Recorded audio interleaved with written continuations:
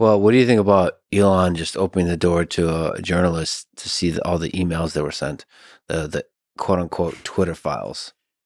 Yeah, that's really interesting. I mean, I saw a lot of I'm like in this weird thing where I follow a lot of independent people and I follow a lot of mainstream journalists, and there's very polar opposite takes on that. People really quickly politicize it, but to me, the thing Yes. that was fascinating is just the transparency that I've never seen from one of the really frustrating things to me, because a lot of this podcast has been about interviewing tech people, CEOs, and so on, and they're just so guarded with everything. It's hard to get to, and so it's nice to get. Hopefully, this is a signal. Look, you can be transparent. Like this is a signal to increase transparency. Hopefully so. I don't yeah, it's been tribalized so quickly. It's like I've lost a lot of faith in that. Right. And unfortunately, it's been this like bludgeon match of like, you know, if you're on the right, you think it's uncovering the greatest story ever about Hunter Yeah. Biden. If you're on the left, you think they were just silencing revenge porn pics of Hunter Biden. So therefore it was justified. And by the way, Trump also sent messages to Twitter. So doesn't that mean that like we should be criticizing Trump? It just like Right. this is goes back to why I don't touch politics, is because I think Yeah. as many problems as I have, I think when you become a journalist, that not even a political journalist, when you become a journalist in politics, you have like twice the problem. So I'm happy to be well outside of that kind of sphere.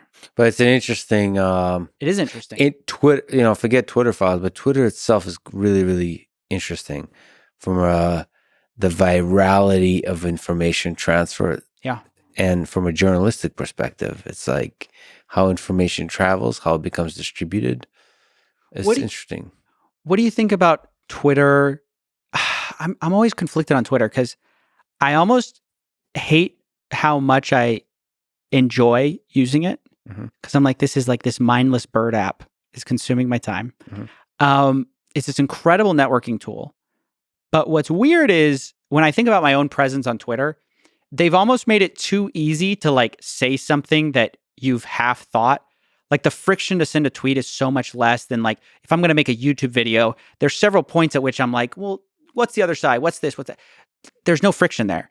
And so one thing I've noticed is everyone I follow on Twitter, a lot of them, after reading all their tweets, I think nothing more of them, nothing less of them. But there's a lot of them that I think less of. And I don't think I've ever had an experience where I've read someone tweets and I think more of them in a way. And I'm like, what does that say that?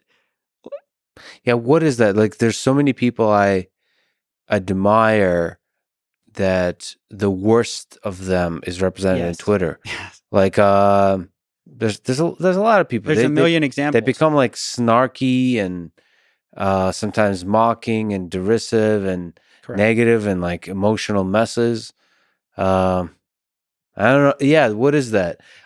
Maybe maybe we shouldn't criticize it and accept that as like a beautiful raw aspect of that human being, but not representing the full entirety. But it does reflect, like, it's impossible to not reflect it to some extent, or you'd have to counter that bias really carefully, because that is them. It is a thought they had. It's just probably something that should have been an unexpressed thought, perhaps.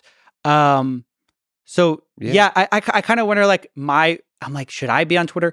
But the problem is it's such a great place where so much of the news happens on Twitter. So much of the journalism breaks on Twitter. Even people in the New York Times, they'll tweet their scoop and they'll put that out on Twitter first. So it's this really weird thing where I'd love to be off it, and it's like too useful for my job, but I kind of hate it.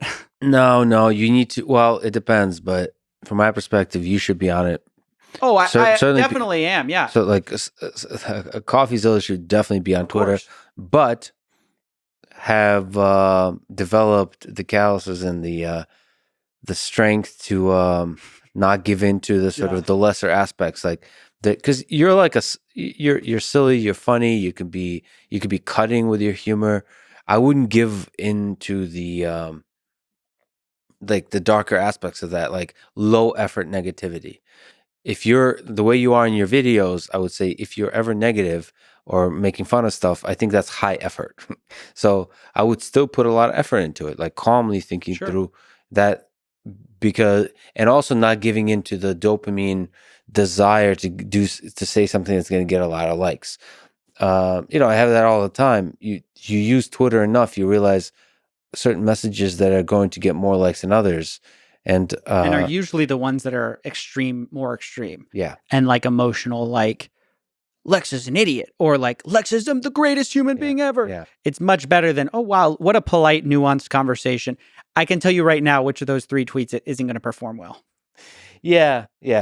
So I think the extremes are okay if you believe it. Like I will sometimes say positive things. I said that the Twitter files release was historic.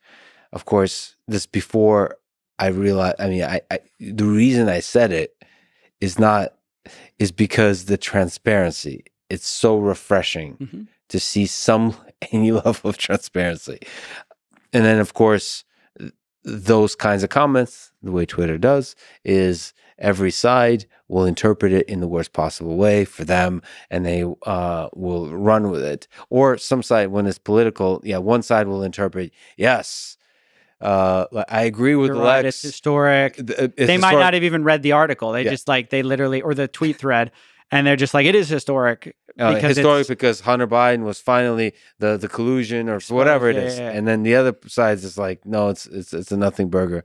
That aspect of nuance, and that it's frozen in time. Even with editing, there's so tough. It's tricky, but if you maintain a cool head through all of that, and hold to your ethics and your ideas, and use it to spread the ideas, which you do extremely well on YouTube, I think it could be a really powerful platform. There's no other platform that allows for the viral spread of ideas, good ideas, than this. And this is where, like, especially with Twitter Spaces, I mean, where else would I see, I think, twice impromptu conversations with Coffeezilla and SBF? Like, never. Yeah, nowhere else. Because he wasn't going to come on my show. He wasn't going to come on some big prepared thing. It's like, hey, YOLO, let's go on a Twitter space. And I pop up. And you know what's funny? And I hope this releases late enough. Or, well, SPF probably won't see this. Yeah.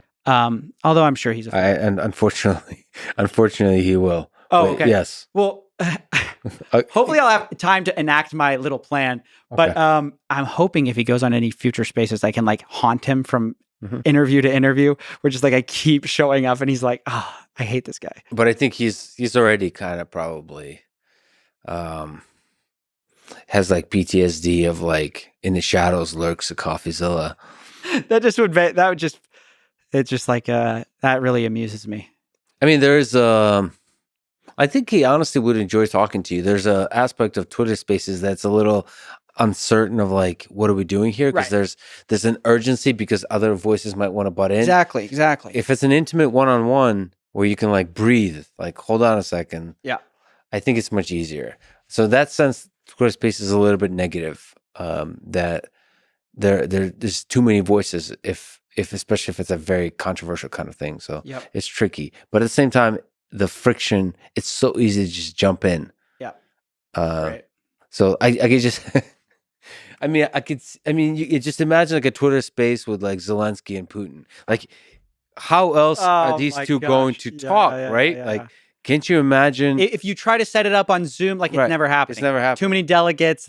Just the imagine only way it happens. Putin sitting there Zelensky's live. Just live, right? Just jumping in. It's hilarious. Давай по-русски поговорим.